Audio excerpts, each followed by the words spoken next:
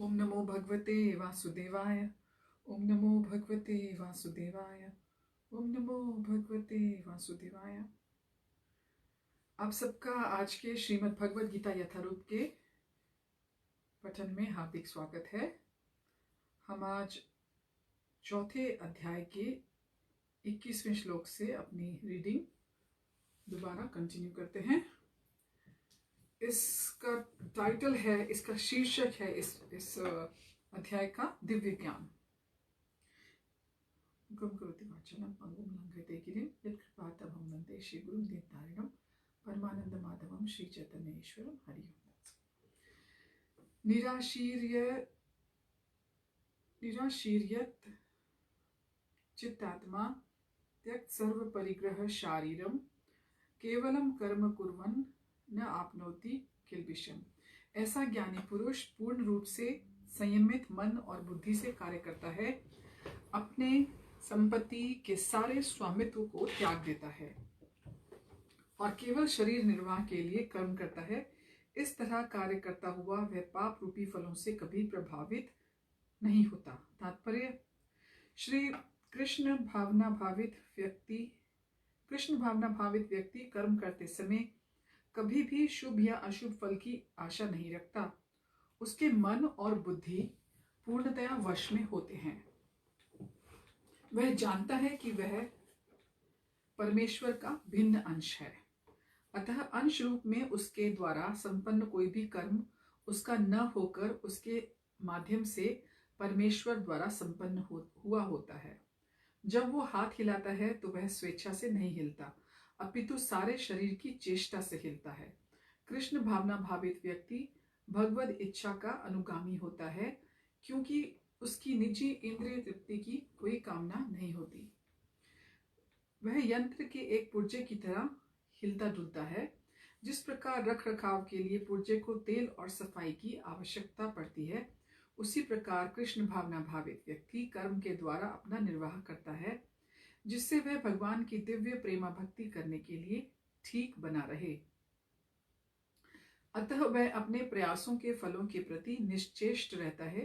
पशु के समान ही उसका अपने शरीर पर कोई अधिकार नहीं होता। कभी कभी क्रूर स्वामी अपने अधीन पशु को मार भी डालता है, तो भी पशु विरोध नहीं करता, न ही उसे कोई स्वाधीनता होती है। आत्म साक्षात्कार में पूर्णतया तत्पर कृष्ण भावना भावित व्यक्ति के पास इतना समय नहीं रहता कि वह अपने पास कोई भौतिक वस्तु रख सके। अपने जीवन निर्वाह के लिए उसे अनुचित साधनों के द्वारा धन संग्रह करने की आवश्यकता नहीं रहती। अतः वह ऐसे भौतिक पापों से कलमशग्रस्त नहीं होता। वह अपने समस्त कर्मफलों से मुक्त रहता है, यानी कि वो किसी भी चीज से बहुत ज्यादा अटैच नहीं रहता है। उसको समझ आ जाता है कि मैं भगवान का अंश हूं।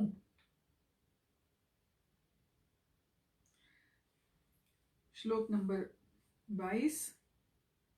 यदृच्छा लाभ संतुष्टः द्वंद्व अतीतः विमत्सरः समः सिद्धा वसिद्धौ च कृत्वापि न निबध्यते। जो स्वतः होने वाले लाभ से संतुष्ट रहता है, जो द्वंद्व से मुक्त है और ईर्ष्या नहीं करता, जो सफलता और असफलता दोनों में स्थिर रहता है, वह कर्म करता हुआ भी कभी बंधता नहीं है। तात्पर्य: कृष्ण भावना भावित व्यक्ति अपने शरीर निर्वाह के लिए भी अधिक प्रयास नहीं करता। वह अपने आप होने वाले लाभों से संतुष्ट रहता है।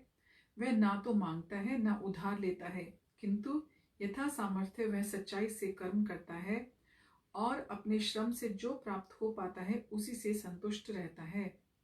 अतः वह अपनी जीविका के विषय में स्वतंत्र रहता है।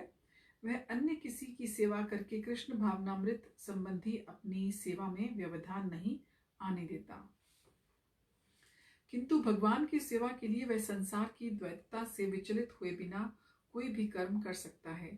संसार की यह द्वैतता गर्मी सर्दी अथवा दुख सुख के रूप में अनुभव की जाती है। कृष्ण भावना भावित व्यक्ति द्वैतता से परे रहता है, क्योंकि कृष्ण को प्रसन्न करने के लिए वह कोई भी कर्म करने में झिझकता नहीं। अतः वह सफलता और असफलता दोनों में ही समभाव रहता है। ये लक्षण तभी दिखते हैं जब कोई दिव्य ज्ञान में पूर्णतः स्थित हो। श्लोक नंबर 23। गत संगस्य मुक्तस्य ज्ञानावस्थित चेतसा यज्ञाया चरतः कर्म समग्रम प्रविलीयते। इसका अर्थ है, जो पुरुष प्रकृति के गुणों के प्रति अनासक्त है और जो दिव्य ज्ञान में पूर्णतया स्थित है, उसके सारे कर्म ब्रह्म में लीन हो जाते हैं। तात्पर्य, पूर्ण रूपेण कृष्ण भावना भावित होने पर मनुष्य समस्त द्वंद्वों से मुक्त हो जाता है और इस तरह भौतिक गुणों के कलमश से भी मुक्त हो जाता है। वह इसीलिए मुक्त हो जाता है क्योंकि वह कृष्ण के साथ अपने संबंध की स्वाभाविक स्थिति को जानता है। फलस्वरूप उसका चित्त कृष्ण भावनामृत से विचलित नहीं होता।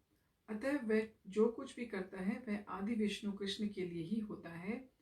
अतः उसका सारा कर्म यज्ञ रूप होता है, क्योंकि यज्ञ का उद्देश्य परम पुरुष विष्णु अर्थात कृष्ण को प्रसन्न करना है। ऐसे यज्ञमय कर्म का फल निश्चय ही ब्रह्म में विलीन हो जाता है और मनुष्य को कोई भौतिक फल नहीं भोगना पड़ता है। श्लोक नंबर 24।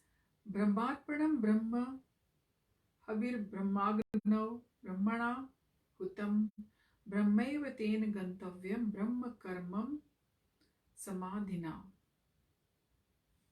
जो व्यक्ति कृष्ण भावनामृत में पूर्णतः लीन रहता है, उससे अपने आध्यात्मिक कर्मों के योगदान के कारण अवश्य ही भगवत धाम की प्राप्ति होती है, क्योंकि उसमें हवन आध्यात्मिक होता है और हवि भी आध्यात्मिक होती है।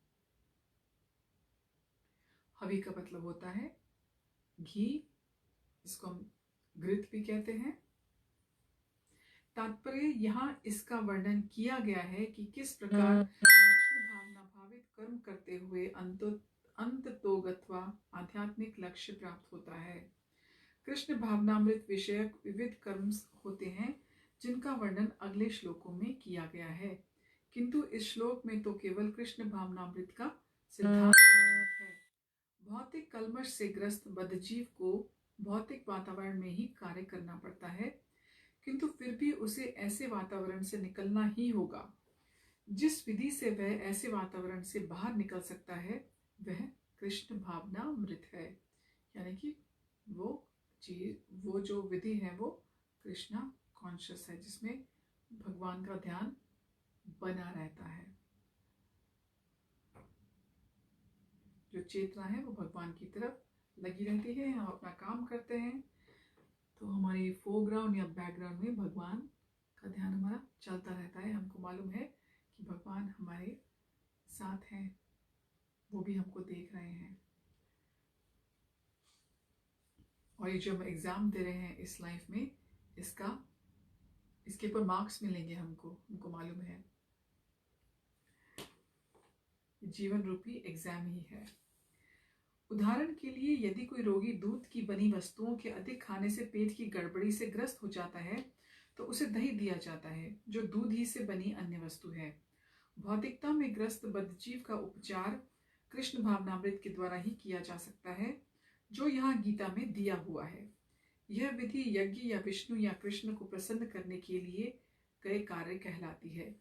भौतिक जगत के जितने ही अधिक कार्य कृष्ण भावनामृत में या केवल विष्णु के लिए किए जाते हैं, पूर्ण तल्लीनता से वातावरण उतना ही अधिक आध्यात्मिक बनता रहता है। ब्रह्म शब्द का अर्थ है आध्यात्मिक। भगवान आध्यात्मिक हैं और उनके दिव्य शरीर की किरणें ब्रह्म ज्योति कहलाती हैं। यही उनका आध्यात्मिक तेज है। प्रत्येक वस्तु इसी ब्रह्म ज्योति में स्थित रहती है, किंतु जब यह ज्योति माया या इंद्रिय तृप्ति द्वारा आच्छादित हो जाती है तो यह भौतिक ज्योति कहलाती है। यह भौतिक आवरण कृष्ण भावनामृत द्वारा तुरंत हटाया जा सकता है। अतएव कृष्ण भावनामृत के लिए अर्पित हवि, ग्रहण करता, हवन होता तथा फल, ये सब मिलकर ब्रह्म या परम सत्य है। माया द्वारा आच्छादित परम सत्य पदार्थ कहलाता है। जब यही पदार्थ परम सत्य के निमित्त प्रयुक्त होता है तो इसमें फिर से आध्यात्मिक गुण आ जाता है। कृष्ण भावनामृत मोह जनित चेतना को ब्रह्म या परमेश्वरोन्मुख करने की विधि है। जब मन कृष्ण भावनामृत में पूरी तरह निमग्न रहता है तो उसे समाधि कहते हैं। ऐसी दिव्य चेतना में संपन्न कोई भी कार्य यज्ञ कहलाता है। आध्यात्मिक चेतना की ऐसी स्थिति में होता हवन, अग्नि, यज्ञकर्ता और अंतिम फल, यह सब परम ब्रह्म में एकाकार हो जाता है। यही कृष्ण भावनामृत की विधि है। तो यदि आपसे कोई पूछे कि कृष्णा कॉन्शियसनेस या कृष्ण भावनामृत में कैसे जाया जाए या फिर ये क्या है, तो आप इस श्लोक का को रिफर क्या बोलते हैं एग्जाम्पल दे सकते हैं। श्लोक नंबर 24 4th चैप्टर का, 24th श्लोक ऑफ द 4th चैप्टर।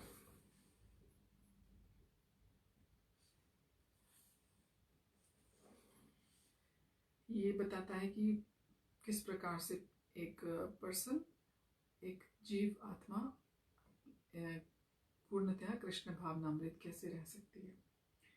श्लोक नंबर 25, दैव में मेवापरे यज्ञम योगिनः पर्युपासते ब्रह्माग्ना वपरे यज्ञम यज्ञे नैवो पजुह्यति। कुछ योगी विभिन्न प्रकार के यज्ञों द्वारा देवताओं की भली भांति पूजा करते हैं और कुछ पर ब्रह्म रूपी अग्नि में आहुति डालते हैं। तात्पर्य, जैसा कि पहले कहा जा चुका है, जो व्यक्ति कृष्ण भावना भावित होकर अपना कर्म करने में लीन रहता है वह पूर्ण योगी है। किंतु ऐसे भी मनुष्य हैं जो देवताओं की पूजा करने के लिए यज्ञ करते हैं और कुछ परम ब्रह्म या परमेश्वर के निराकार स्वरूप के लिए यज्ञ करते हैं। इस तरह यज्ञ की अनेक कोटियां हैं। विभिन्न यज्ञकर्ताओं द्वारा संपन्न यज्ञ की ये कोटियां केवल बाह्य वर्गीकरण है। वस्तुतः यज्ञ का अर्थ है भगवान विष्णु को प्रसन्न करना, और विष्णु को यज्ञ भी कहते हैं। विभिन्न प्रकार के यज्ञों को 2 श्रेणियों में रखा जा सकता है। सांसारिक द्रव्यों के लिए यज्ञ, जिसको द्रव्य यज्ञ कहेंगे, और दिव्य ज्ञान के लिए किए गए यज्ञ, जिसको ज्ञान यज्ञ कहेंगे। जो कृष्ण भावना भावित है उसकी सारी भौतिक संपदा परमेश्वर को प्रसन्न करने के लिए होती है, किंतु जो किसी क्षणिक भौतिक सुख की कामना करते हैं वे इंद्र, सूर्य और देवताओं को प्रसन्न करने के लिए अपनी भौतिक संपदा की आहुति देते हैं। किंतु अन्य लोग जो निर्विशेषवादी हैं वे निराकार ब्रह्म में अपने स्वरूप को स्वाहा कर देते हैं।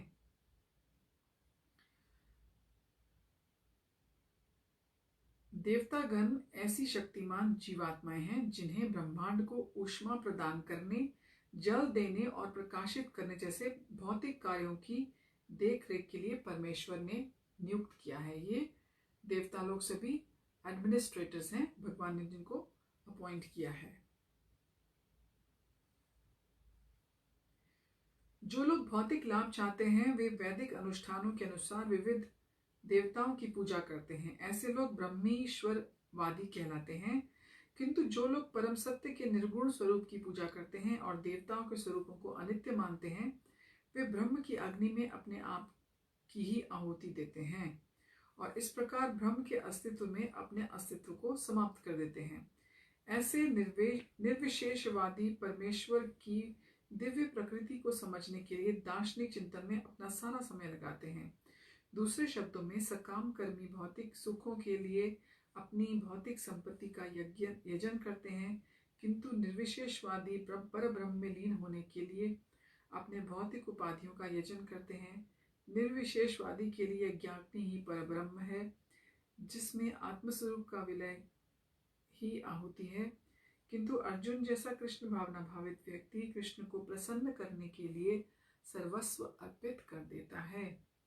इस तरह उसकी सारी भौतिक संपत्ति के साथ साथ आत्मस्वरूप भी कृष्ण के लिए अर्पित हो जाता है। वह परम योगी है, किंतु उसका पृथक स्वरूप नष्ट नहीं होता।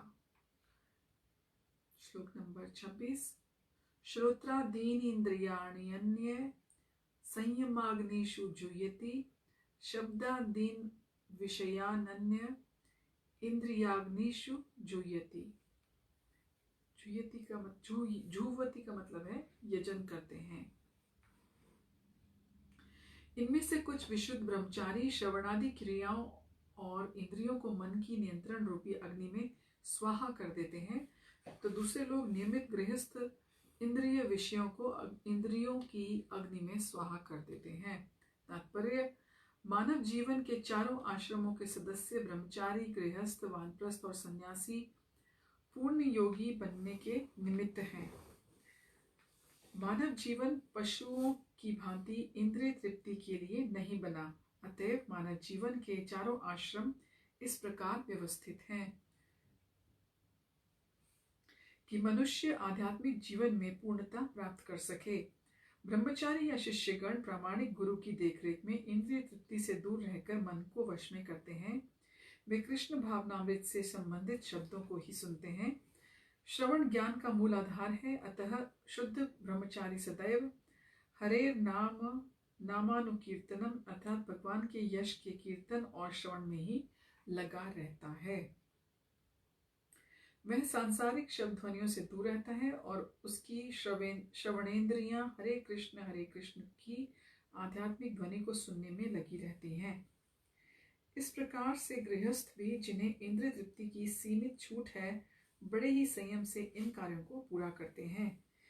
यौन जीवन, मादक द्रव्य सेवन और मांसाहार मानव समाज की सामान्य प्रवृत्तियां हैं, किंतु संयमित गृहस्थ कभी भी यौन जीवन और अन्य इंद्रिय तृप्ति के कार्यों में अनियंत्रित रूप से प्रवृत्त नहीं होता।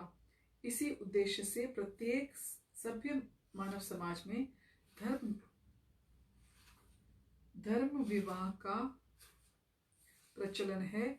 यह संयमित अनासक्त यौन जीवन भी एक प्रकार का यज्ञ है, क्योंकि संयमित गृहस्थ उच्चतर दिव्य ज्ञान के लिए अपनी इंद्रिय तृप्ति की प्रवृत्ति की आहुति कर देता है। श्लोक नंबर 27। सर्वाणि इंद्रिय कर्माणि प्राण कर्मणि चापरे आत्म संयम योगाग्नौ जुह्वति ज्ञान दीपिते। जुह्वति मतलब अर्पित करते हैं। दूसरे जो मन और इंद्रियों को वश में करके अपने आत्म साक्षात करना चाहते हैं, संपूर्ण इंद्रियों तथा प्राणवायु के कार्यों को संयमित मन रूपी अग्नि में आहुति कर देते हैं। तात्पर्य, यहाँ पर पतंजलि द्वारा सूत्रबद्ध योग पद्धति का निर्देश है। पतंजलि कृत योग सूत्र में आत्मा को प्रत्यगात्मा और परागात्मा कहा गया है। जब तक जीवात्मा इंद्रिय भोग में आसक्त रहता है तब तक वह परागात्मा कहलाता है, और जो ही वह इंद्रिय भोग में विरत हो जाता है तो प्रत्यगात्मा कहलाता है। जीवात्मा के शरीर में 10 प्रकार के वायु कार्यशील रहते हैं और इस श्वास प्रक्रिया यानी कि प्राणायाम द्वारा जाना जा सकता है। पतंजलि की योग पद्धति बताती है कि जिस तरह शरीर की वायु के कार्यों को तकनीकी उपाय से नियंत्रित किया जाए, जिससे अंततः वायु के सभी आंतरिक कार्य आत्मा को भौतिक आसक्ति से शुद्ध करने में सहायक बन जाए। इस प्रकार योग पद्धति के अनुसार प्रत्यगात्मा ही चरम उद्देश्य है। यह प्रत्यगात्मा पदार्थ की क्रियाओं से प्राप्त की जाती है। इंद्रिय विषयों से प्रतिक्रिया करती है तथा कान सुनने के लिए, आंख देखने के लिए, नाक सूंघने के लिए और जीभ स्वाद से के लिए और हाथ स्पर्श के लिए हैं। और ये सब इंद्रियां मिलाकर आत्मा से बाहर के कार्य में लगी रहती हैं। यही कार्य प्राणवायु के व्यापार की क्रियाएं हैं। अपान वायु नीचे की ओर जाती है, व्यान वायु से संकोच और प्रसार होता है, एक एक्सपेंशन और क्या बोलेंगे उसको, कम होना, सही वर्ड मेरे दिमाग में नहीं आ रहा इस समय। समान वायु से संतुलन बना रहता है, हाँ, कॉन्स्ट्रिक्ट होती है। और उदान वायु ऊपर की ओर जाती है, और जब मनुष्य प्रबुद्ध हो जाता है तो वह इन सभी वायु को आत्म साक्षात्कार की खोज में लगाता है। श्लोक नंबर 28 यानी कि 28। द्रव्य यज्ञास्तपो यज्ञ योग यज्ञास्तथा परे स्वाध्याय ज्ञान यज्ञाश्च यतयः संशित वृता। कठोर व्रत अंगीकार करके कुछ लोग अपनी संपत्ति का त्याग करके, कुछ कठिन तपस्या के द्वारा और कुछ अष्टांग योग पद्धति के अभ्यास के द्वारा दिव्य ज्ञान की में उन्नति करने के लिए वेदों के अध्ययन द्वारा प्रबुद्ध बनते हैं। तात्पर्य, इन यज्ञों के कई वर्ग किए जा सकते हैं। बहुत से लोग विविध प्रकार के दान पुण्य द्वारा अपनी संपत्ति का यजन करते हैं। भारत में धनाढ्य व्यापारी या राजवंशी अनेक प्रकार की धर्मार्थ संस्थाएं खोल देते हैं और धर्मशाला, अन्न क्षेत्र, अतिथिशाला, अनाथालय और विद्यापीठ। इन देशों में भी अनेक अस्पताल, बूढ़ों के लिए आश्रम और गरीबों को भोजन, शिक्षा और चिकित्सा की सुविधाएं प्रदान करने के दातव्य संस्थान हैं। ये सब दान कर्म द्रव्यमय यज्ञ है। अन्य लोग जीवन में उन्नति करने और उच्च लोकों में जाने के लिए चांद्रायण और चातुर्मास जैसे विधि का तप करते हैं। इन विधियों के अंतर्गत कतिपय कठोर नियमों के अधीन कठिन व्रत होने के कारण होते हैं। उदाहरणार्थ, चातुर्मास्य व्रत में रखने वाला 4 वर्षों के 4 मासों में बाल नहीं काटता, न ही जुलाई से अक्टूबर माह तक, न ही कतिपय खाद्य वस्तुएं खाता है और न ही दिन में 2 बार खाता है, न निवास स्थान छोड़कर कहीं जाता है। जीवन के सुखों का भी ऐसा परित्याग तपोमय यज्ञ कहलाता है। जो कुछ ऐसे भी हैं जो अनेक योग पद्धतियों का अनुसरण करते हैं और पतंजलि पद्धति ब्रह्म में तथाकार होने के लिए अथवा हठ योग या अष्टांग योग, विशेष पतंजलि विशेष सिद्धियों के लिए सब कुछ समस्त स्थानों की यात्रा करते रहते हैं। ये सारे अनुष्ठान योग यज्ञ कहलाते हैं जो भौतिक जगत में किसी सिद्धि विशेष के लिए किए जाते हैं। कुछ लोग ऐसे हैं जो विभिन्न वैदिक साहित्य और उपनिषद तथा वेदांत सूत्र या सांख्य दर्शन के अध्ययन में अपना ध्यान लगाते हैं। इसे स्वाध्याय योग कहा जाता है। ये सारे योगी विभिन्न प्रकार के यज्ञों में लगे रहते हैं और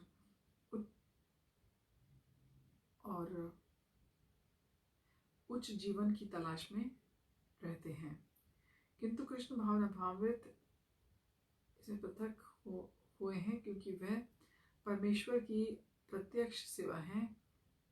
इसे उपर्युक्त किसी प्रकार भी यज्ञ से चर्चा नहीं किया जा सकता, अपितु भगवान और उनके प्रामाणिक भक्तों को कृष्ण से ही प्राप्त किया जा सकता है। फलतः कृष्ण भावनामृत दिव्य है। तो हम अगली दफा श्लोक नंबर 29 से अपनी रीडिंग को कंटिन्यू करेंगे। आप सबका हमारे साथ जुड़ने के लिए बहुत बहुत धन्यवाद। श्रील प्रभुपाद की जय, अनंत कोटि वैष्णव वृंद की जय। हरि ओम तत्सत। हरे कृष्णा।